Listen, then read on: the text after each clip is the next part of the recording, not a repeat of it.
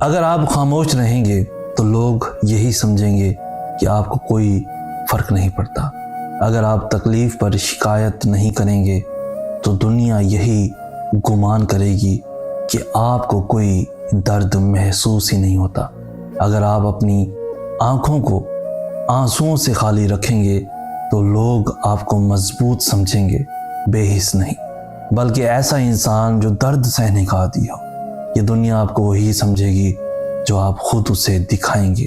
اگر آپ اپنی موجودگی کا احساس نہیں دلائیں گے تو دنیا آپ کو غیر موجود سمجھ لے گی، اور اگر آپ خاموشی کو اپنی عادت بنا لیں گے تو لوگ آپ کو فراموش کر دیں گے۔